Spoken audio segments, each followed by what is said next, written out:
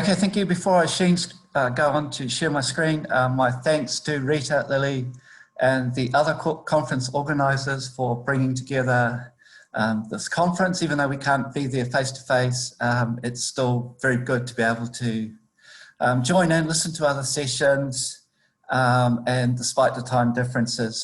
For example, right now in New Zealand, it's 5:30 in the morning. The sun hasn't risen, and but it's still good to be able to come in and talk about what's going on, listen to the other talks. We started with our first talk at the beginning. Keynote was also on Māori language. This is another talk from a Māori on Māori language, and I realised that some of you weren't at that talk, so I'm going to have to just kind of do a bit of a whiz over background basics. So I'm trying to whiz through stuff in 20 minutes and allow for questions either in the chat, or you can pick me up via email or some other means. That will be quite okay.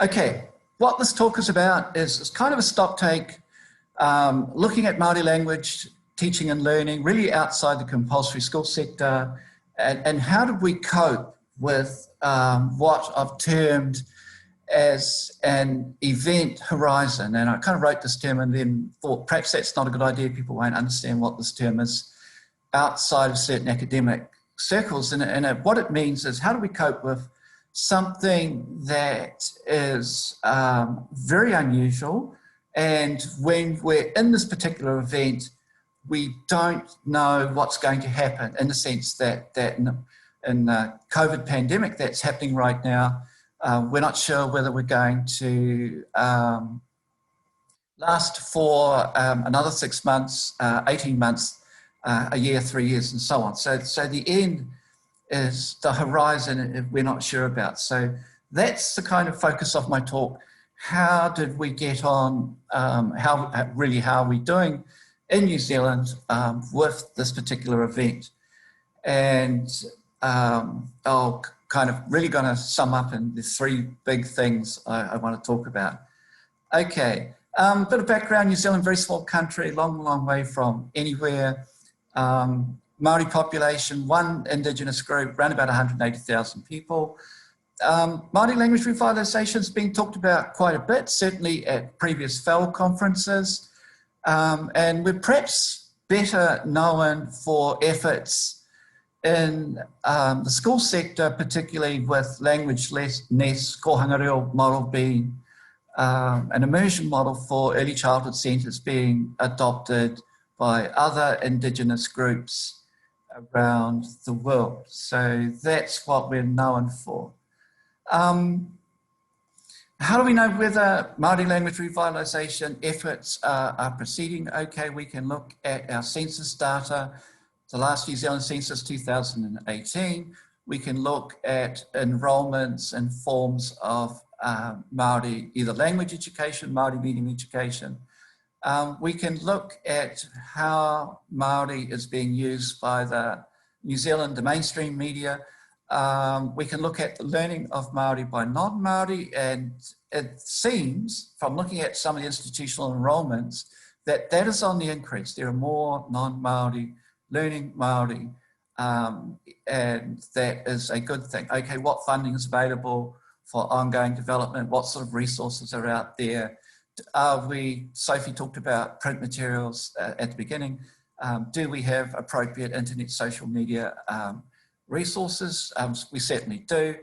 What are we doing in terms of research? Do we have funding for research? What are certain things that we should be looking at? The other kind of indicators of whether a language is doing okay, we can look at what I call symbolic gestures, in the sense that what other things might be happening there.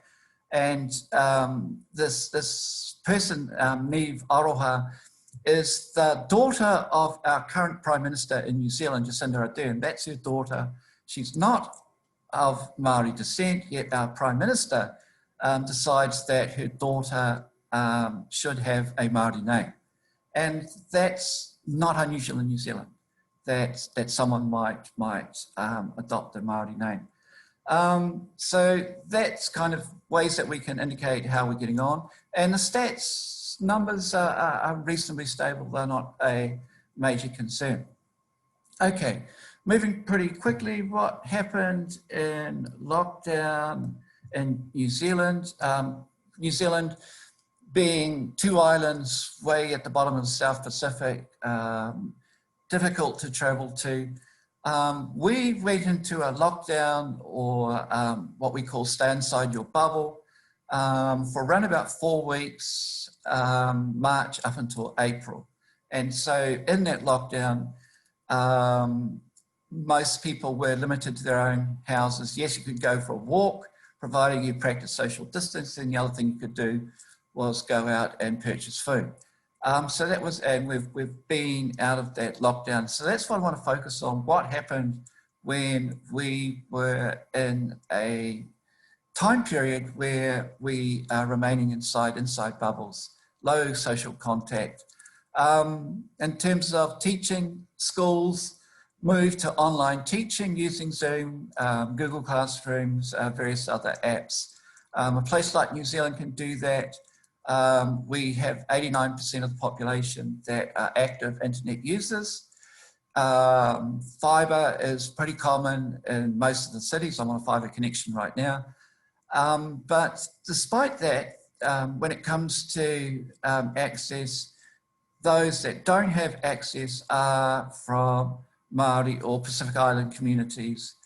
So that even in a place like Auckland, we can't guarantee that all students have access, but people kind of got on and did things in a reasonable way. And I'm sort of not quite used to using Zoom with various classrooms. And in fact, in my own bubble, sometimes we had 3 online conversations happening during the same time.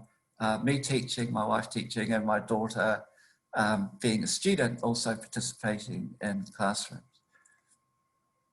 Okay, obviously lockdown, very much like everywhere else around the world, very much a downturn in tourism, particularly international tourism, job losses, all sorts of economical disruption, education disruption, sports postponed or cancelled. Now, one of the advantages I think New Zealand has in terms of how it's reacted to COVID is that our current Prime Minister, Jacinda Ardern, is very popular, very, very well respected. New Zealand has an election next month. This is a slightly left, this is a Labour government. Also in New Zealand, our health advisors are well respected. They would give daily briefings on our progress, and generally people are of the mind that yes, social distancing, this virus is real, it's not a hoax, we need to practice social distancing, we need to wear masks, and so there's large compliance, whereas other countries have had difficulty for that. So that's helped New Zealand avoid a lot of the situations that other countries have. And thinking about right now in September 2020, we can go through 3 or 4 days and have no detected community transmission of COVID. And if something is detected, we're able to contact and locate and put those people in quarantine. All overseas arrivals back to New Zealand are automatically quarantined. New Zealand government pays for it and tested. So we've kind of coped a little bit better, certainly than our neighbours Australia and other countries, but it doesn't mean that we haven't, and we're not going through quite a rapid economic disruption. Okay, one of the things that was talked about just in our kind of pre-session was how did Māori get on in terms of having the appropriate terminology to talk about this virus, talk about social distancing, new terms.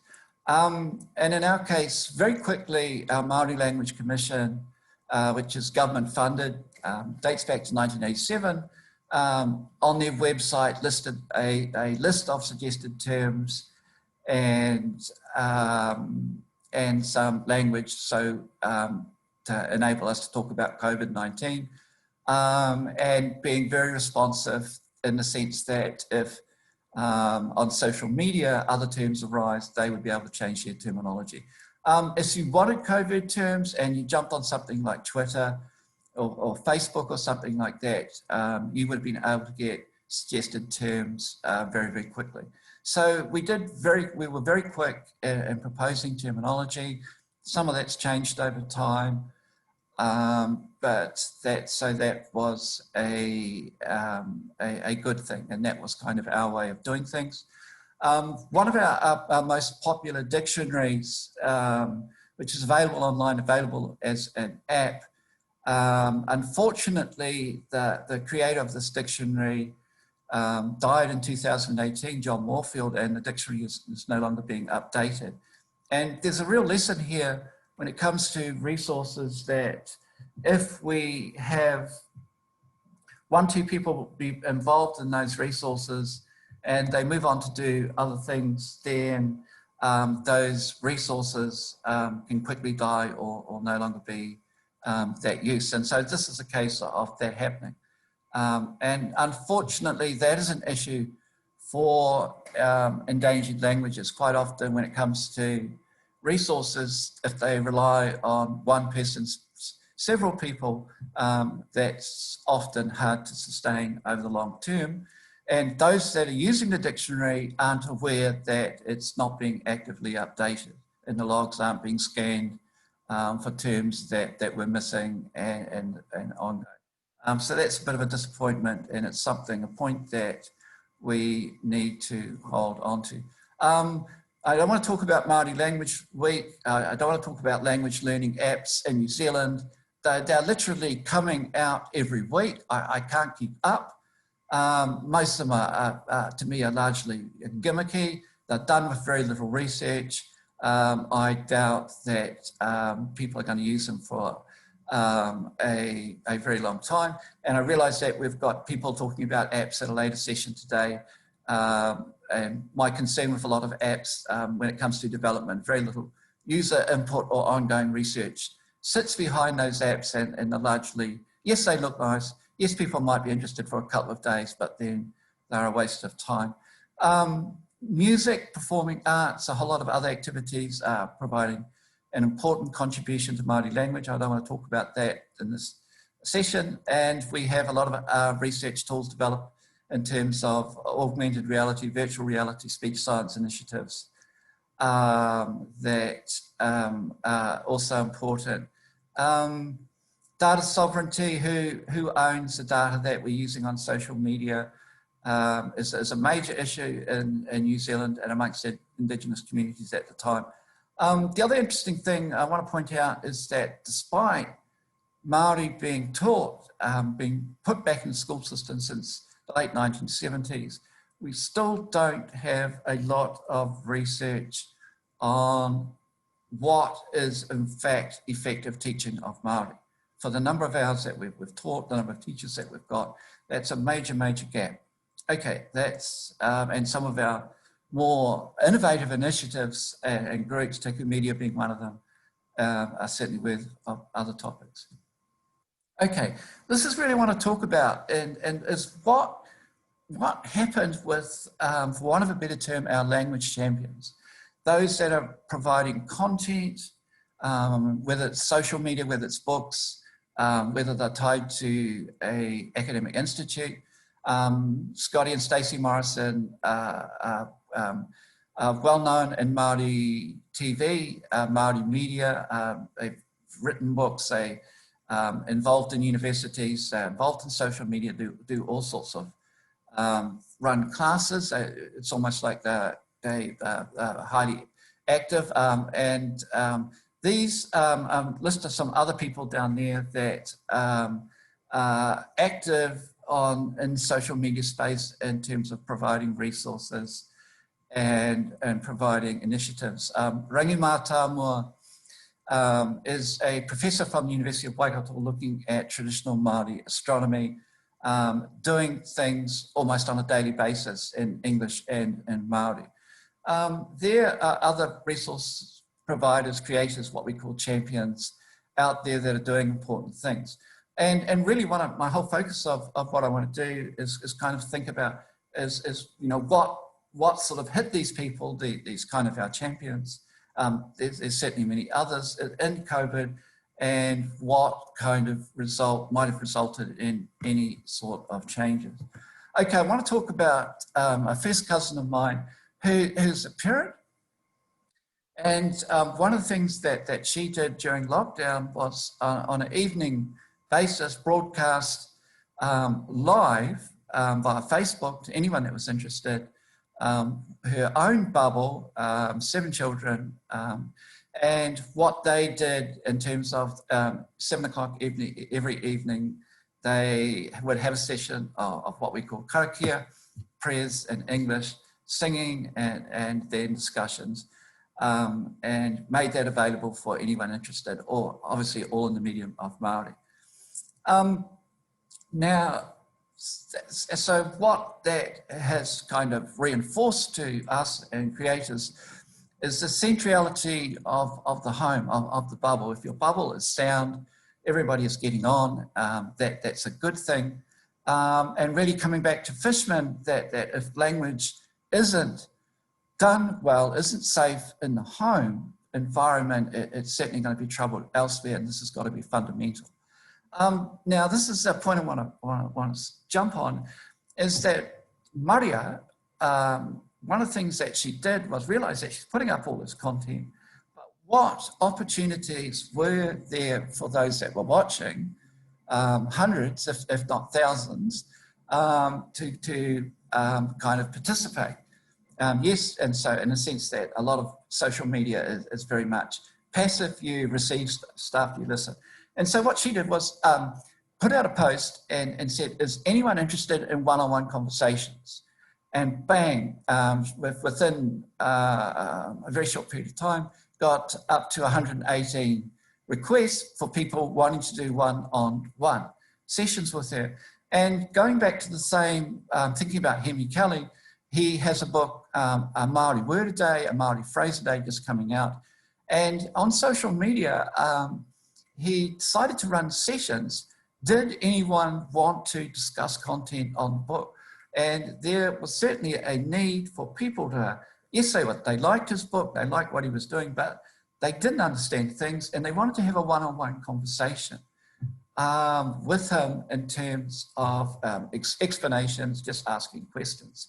And so this is a point that's come out and been very important, that our champions are providing a lot of content, but, and yes, but is there the opportunity for interactions for individuals that want to probe, want to ask questions more than beyond what's actually available?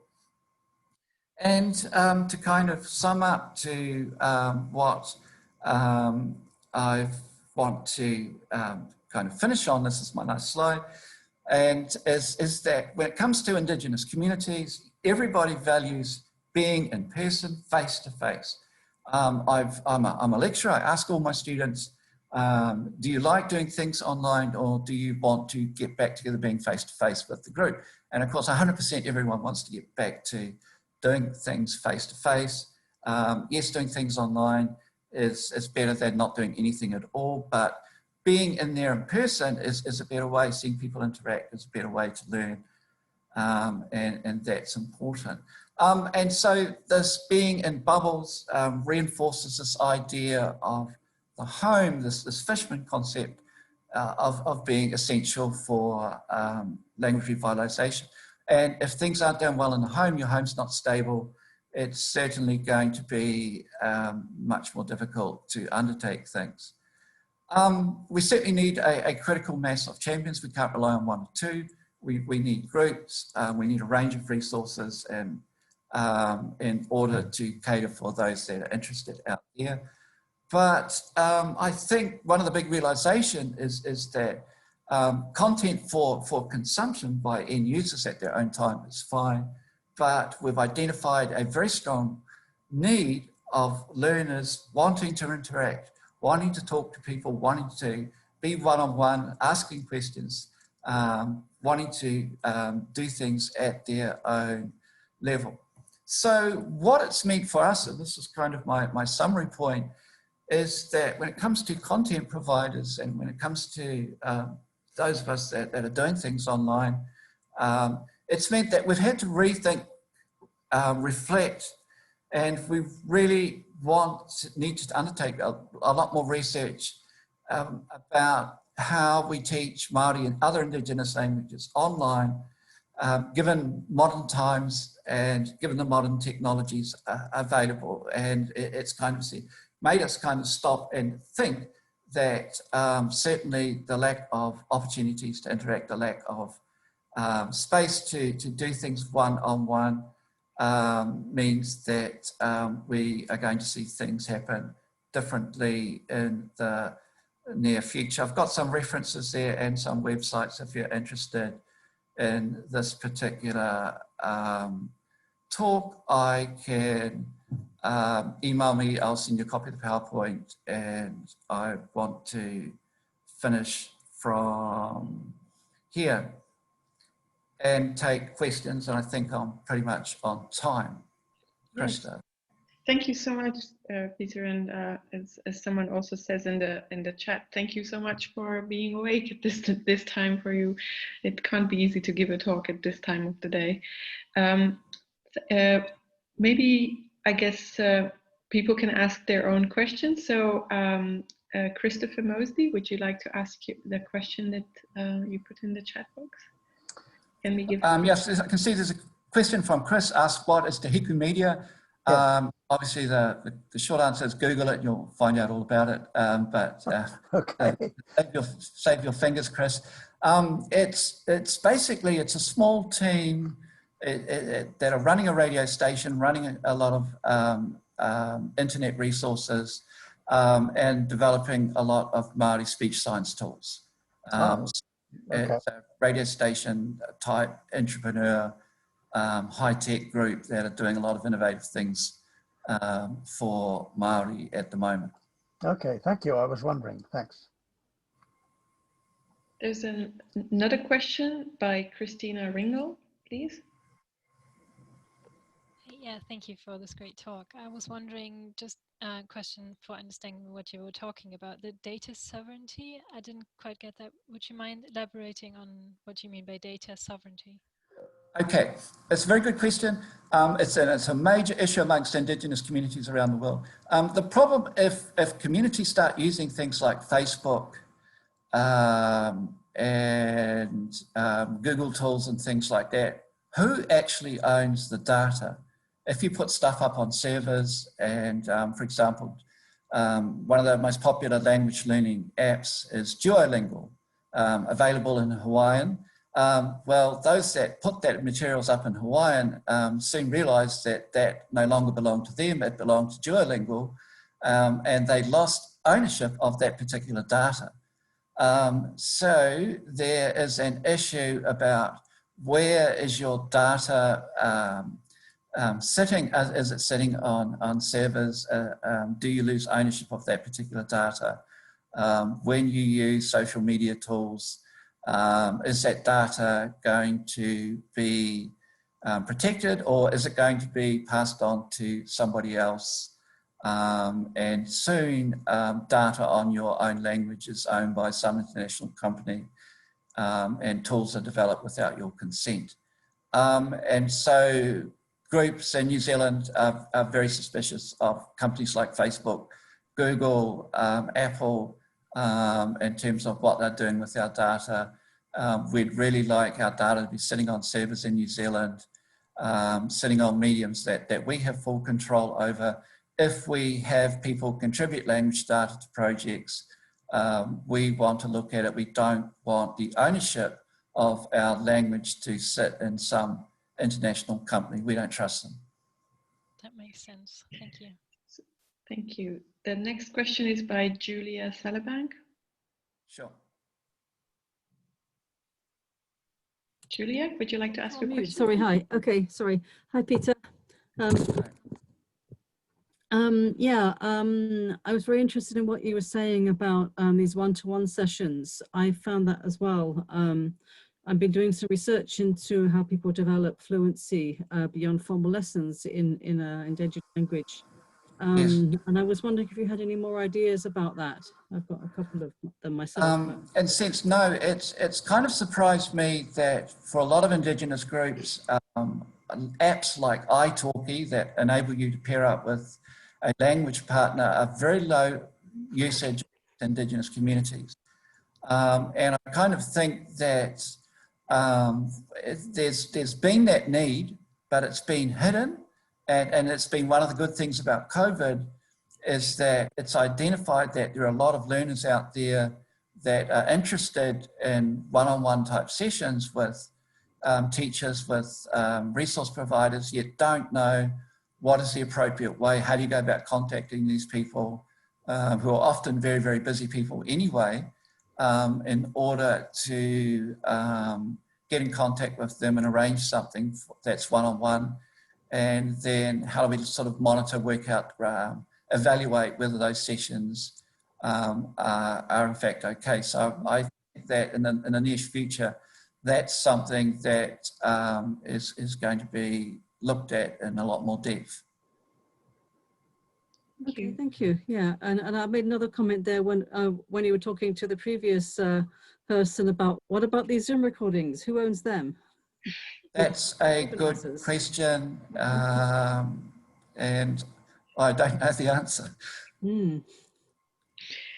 Well, I'm not going to comment on that, but I would like to ask, because since there's no other question in the chat box, I would like to ask a question myself. So I was intrigued by the idea that COVID sort of brought up the idea of using the internet more for teaching for Maori, but I'm wondering, and perhaps people like Rita can talk more to this than yourself, but I'm wondering that perhaps for certain other languages, endangered languages, this has always been the issue because of physical distances. So I wonder if there are any special methods that you could maybe enlist for temporarily for Maori that have been used. In the sense that, you know, one of the things about, people don't realise that when it comes to the Māori population, 90-something% of us are living in urban areas. We've been highly urbanised for at least one generation. And even those kids that are still out in the countries also have access to technology. So we don't have people living in places like my background, which in fact does have an internet connection. And so access to technology, the government has been very, very keen and supporting a rollout of fibre connections. That's available for most people's phone usage is almost universal amongst young Māori. If anything, the gap is having devices and having home connections. That seems to be the thing. But yes, when you've got a lot of people living in the major cities, it means that internet access is much easier. One of the things that in New Zealand, the internet providers did was all of them dropped their data limits once COVID happened, in the sense that, okay, we're not limiting you to 200 gigs per month or anything like that. We realised that this is important for learning, so you've got open limits. So yes, there was a lot of cooperation. New Zealand government did in fact attempt to provide devices, modems to some students that don't have access to them. So fortunately for New Zealand, we're in a better position than many other Indigenous communities. Thank you so much. Thank you very much again for your talk, Peter, and for answering our questions. And now I would like to hand over to our next presenter. Sorry, let me just find one of my windows where I have, yes.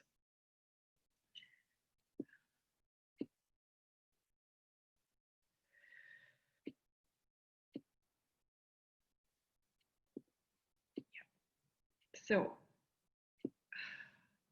no, sorry, I'm just experiencing a bit of a technical breakdown. Yes, so our next speaker is Kerry Jones, Megan Lowes and Megan Biesele, talking about coronavirus healthcare communication in endangered languages of Southern Africa. So I'm not sure who is actually delivering the talk. Is that you, Kerry Jones? Then I'll like to hand over. Yes, it's me. Thank you so much. I'm just making sure that I'm sharing the correct screen with you. So far, we are seeing yourself.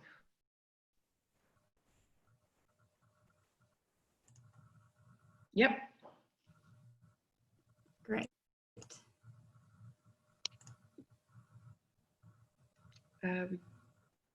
Yes, thank you so much. So I'm delivering our presentation today on behalf of a much larger team. So thank you so much for having us. This is very much an international collaboration. So I'm based in Cape Town in South Africa, and Megan Lowes is in the UK, in London, and then Megan Biesele, who's part of the audience at the moment, is the director of the Kalahari People's Fund in the US, in Austin, Texas.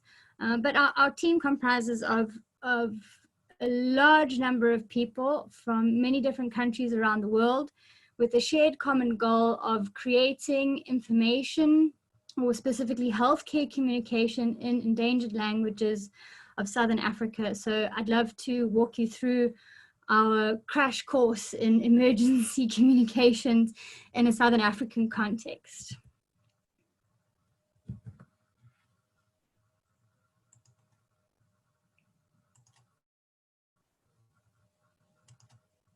So despite extensive research in the field of linguistics, and especially around the topic of sustaining linguistic diversity, relatively little is known about Africa's endangered languages. I think there's often this misconception that Africa, being the cradle of mankind, that we've got this massive diversity of languages and multilingualism, and therefore we don't have endangered languages in Africa. But that's certainly not the case. So the area which we're focusing on in particular are these three countries, so South Africa, Namibia, and Botswana.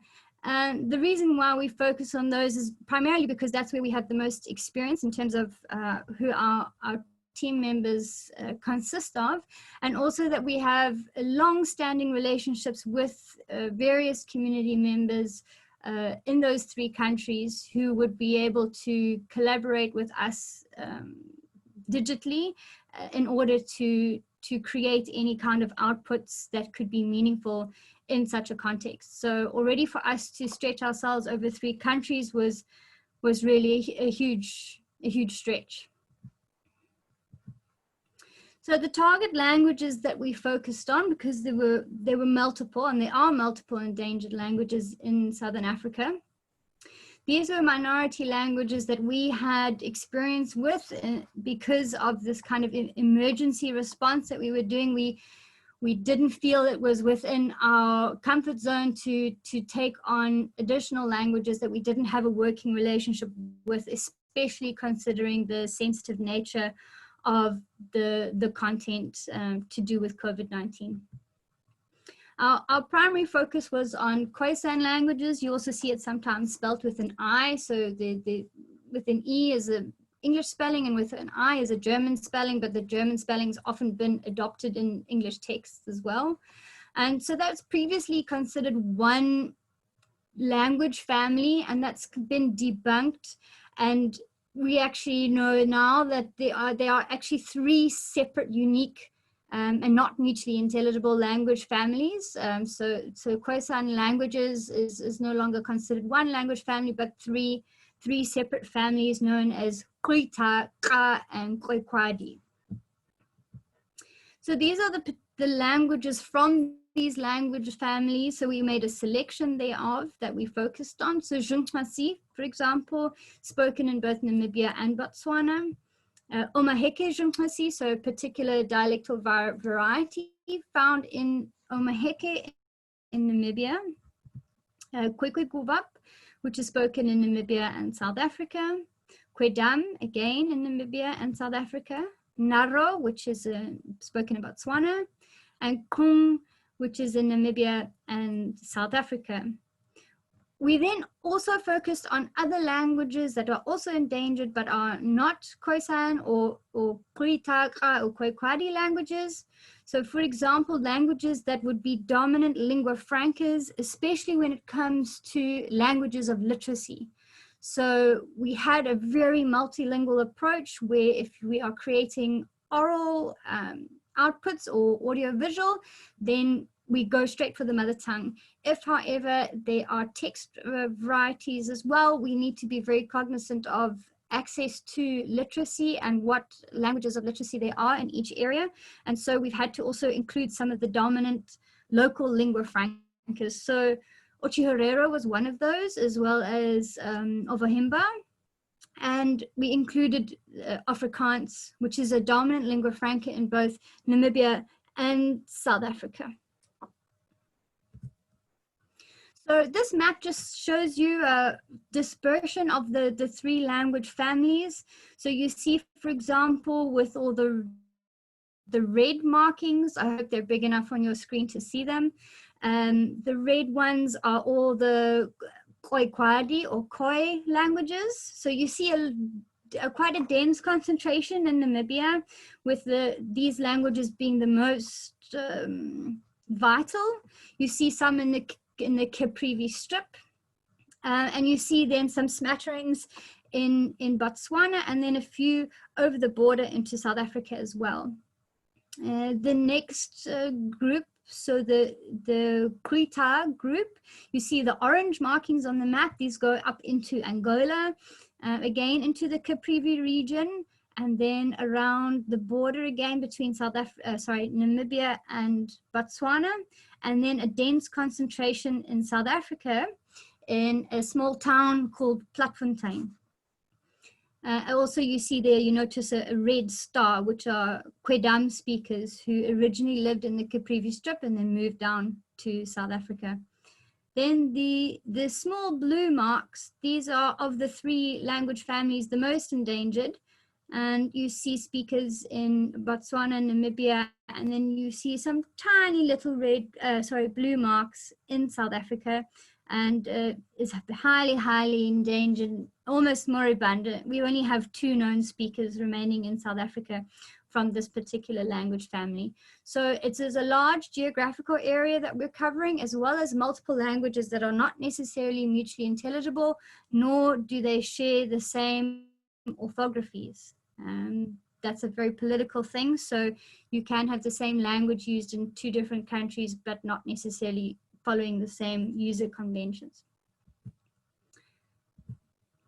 So from our perspective, the COVID-19 information in a mother tongue is a basic human right. And in Africa, or in Southern Africa in particular, we don't have access to any kinds of major government support for these kinds of initiatives, nor is there much funding available or language research institutes that specifically focus on this in terms of long-term support and focus. So the coordination was difficult, I'll put it like that. So I'm sure we're all aware that the COVID-19 pandemic caused social and economic distress worldwide, and this was definitely felt in Southern Africa. And speakers of minority languages are most definitely at risk of being excluded from this important healthcare information. And it's very scary as well when a lot of these speakers also live in rural areas where they don't have access to online facilities because there is no network coverage in those areas. Cell phone data in South Africa and Southern Africa in general is still very expensive and not really accessible. and then just access to smartphones or laptops, again, is a very small percentage of the population. So just getting general information about the COVID-19 pandemic is not easy.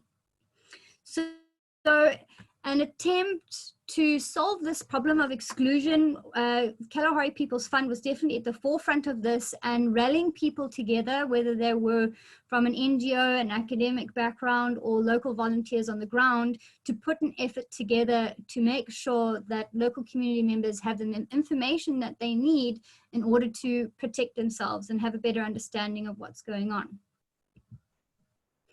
It became quickly evident that a one-size-fits-all approach or solution was not going to work for our purposes, and we needed to be much more strategic in how we were going to tackle this problem.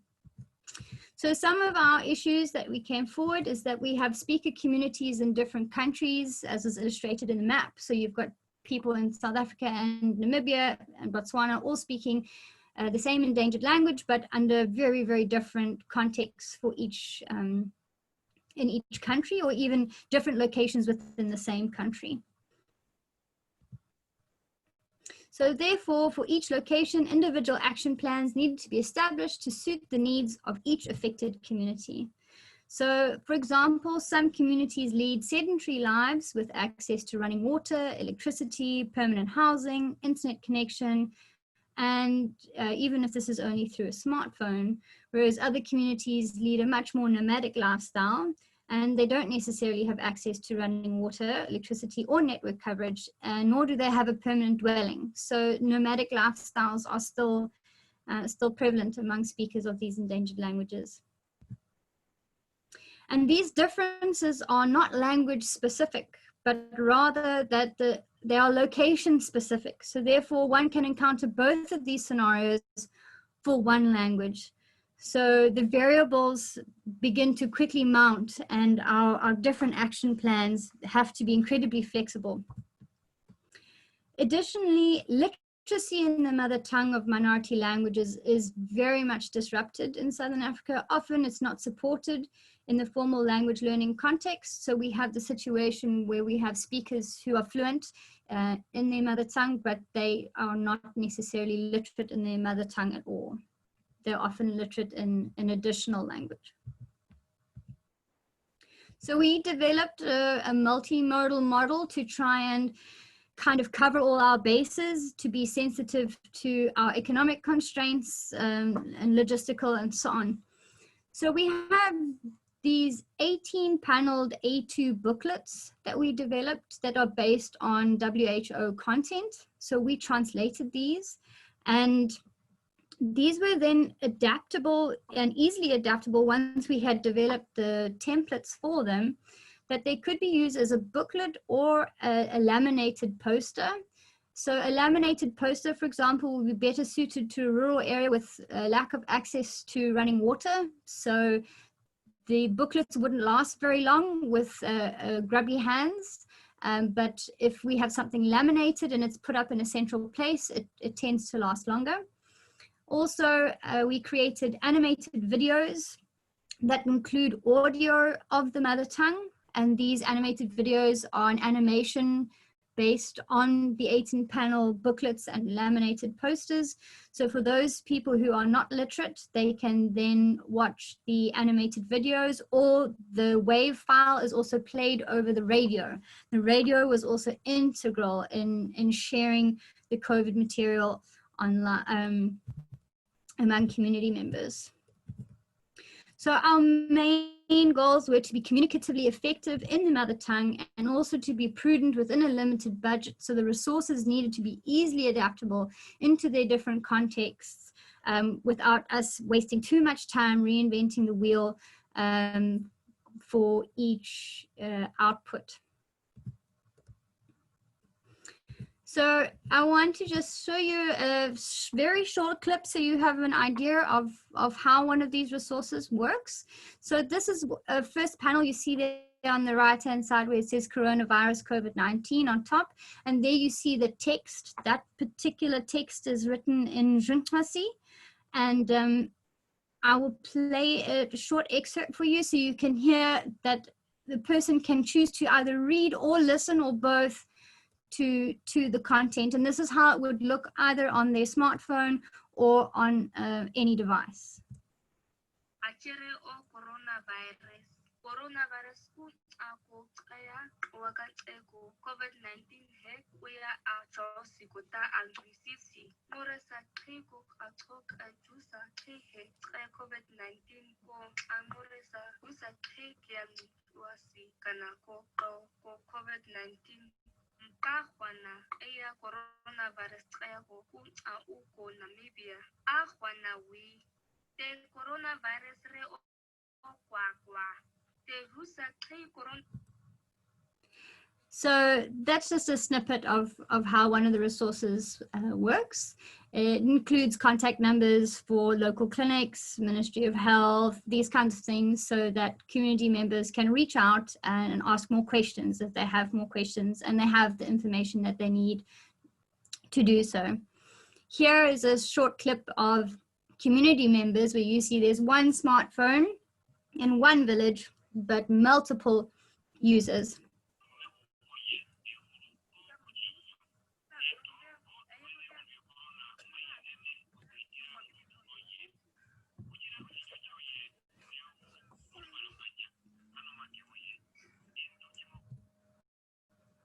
Okay, so we had to take a multilingual and bilingual approach.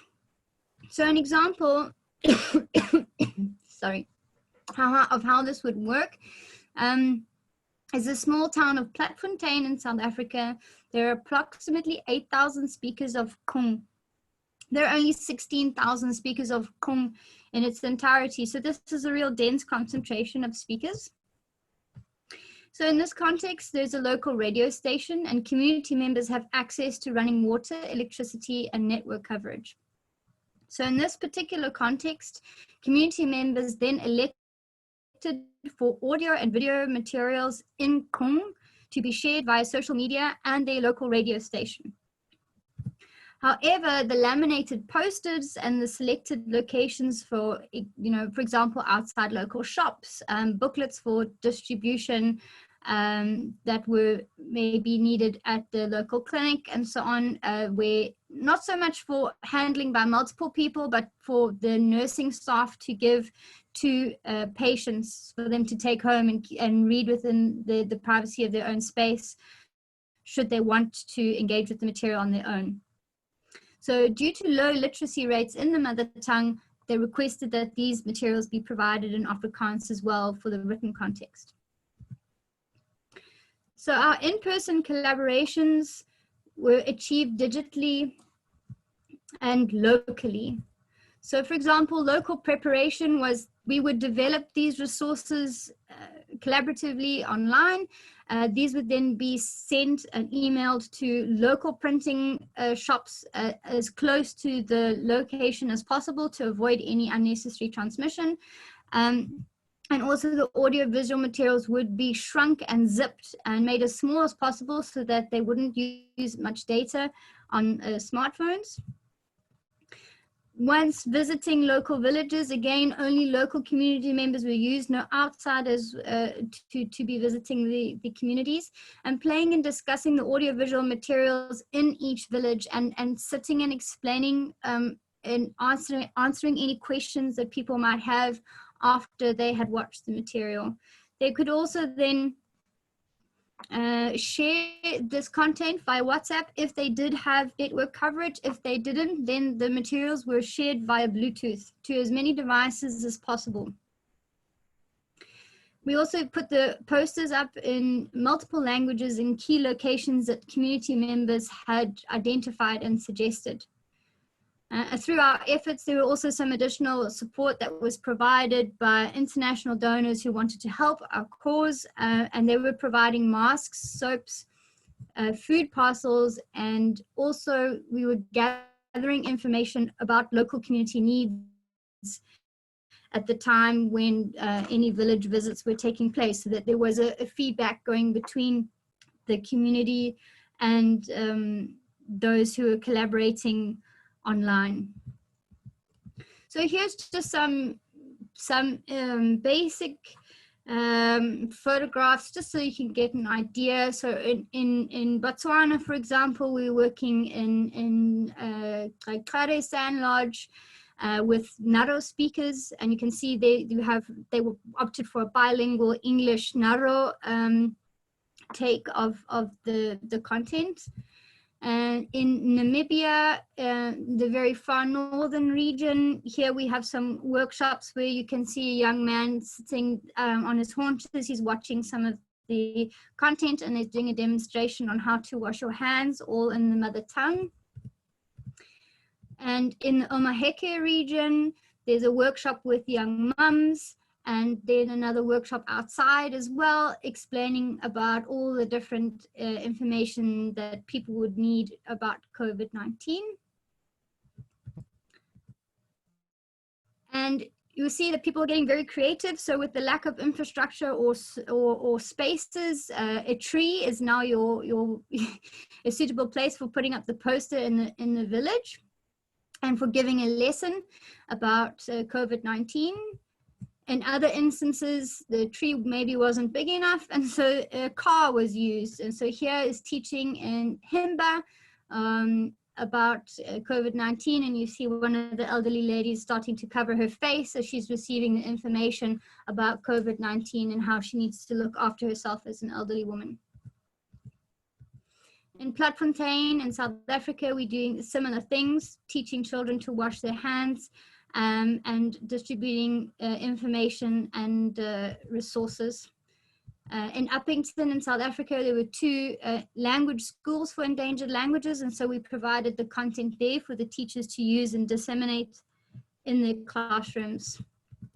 And in the Kalahari in South Africa, again, visiting the elderly who live on very remote farms, who are still speakers of the language, and having workshops where we had local community volunteers discussing the content with community members so that they were kept in the loop with regard to COVID-19.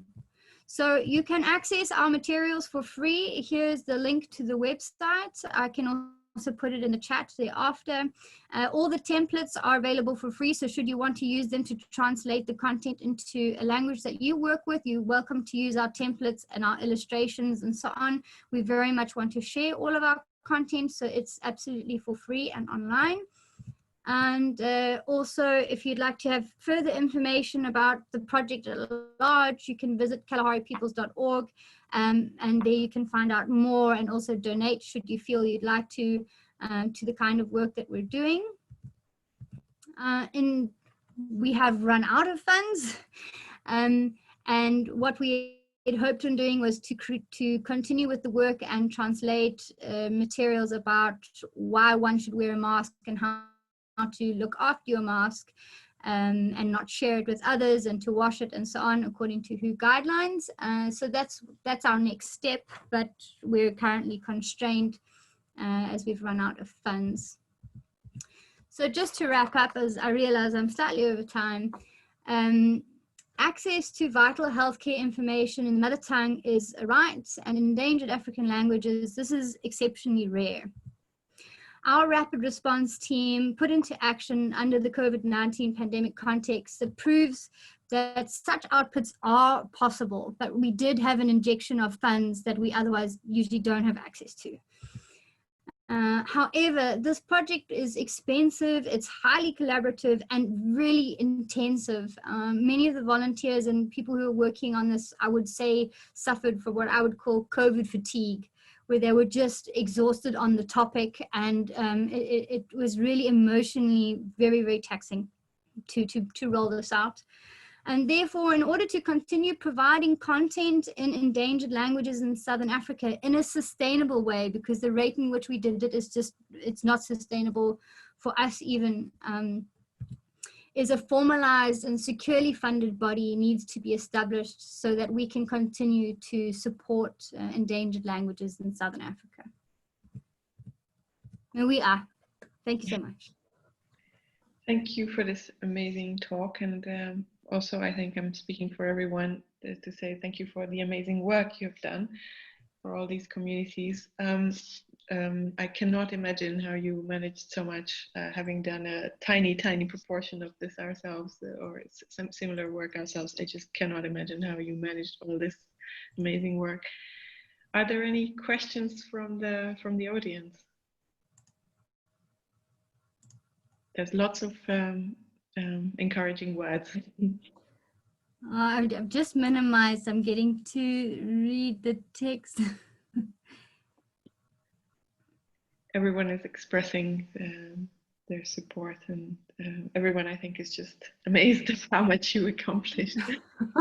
Thank you very much. I think we felt like we were going to have a nervous breakdown by the end, but we just saw how really we could rally together if we really needed to. But we also learned a lot of really important lessons about orthography and collaboration, and that there's so many components to language documentation and preservation, and funding and infrastructure is very much part of that. And we don't want to, discuss it in a very overly romanticized context that doesn't take into consideration the very real logistics. Our costs for fuel, for example, just to access the remote villages far outweighed the cost it was to actually produce the materials themselves. Mm-hmm. So when you're putting together a budget, it's quite difficult to substantiate why you're spending so much money on fuel, yet so little on the language resource itself. And it's purely because we're trying to actually get the resources there. Thank you. I see there's a question from Sarah. Yeah. Sarah, would you like to ask your question, please? Oh, hi, sorry. Yes, I wanted to ask, can I ask which approach, when you were looking at these materials, was most successful in sort of disseminating the message or putting the message across? Was it the demonstrations you mentioned, the written media, the video files? What was more successful in helping put across your message? I think there were so many different modes of communication, but I think that the ones where there was in-person demonstration, as well as the audio at least. So either the person who's doing the demonstration is speaking, or they're using the audio visual.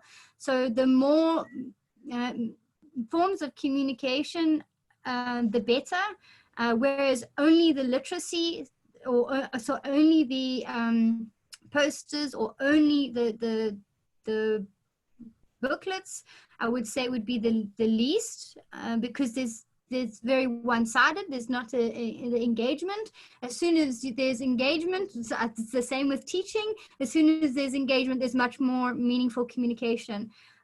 So yeah, I think the demonstrations with the videos and the posters was the most successful, but then you have access to all three mediums. Yes, that makes sense. Thank you so much for answering the question, and thank you for a brilliant presentation.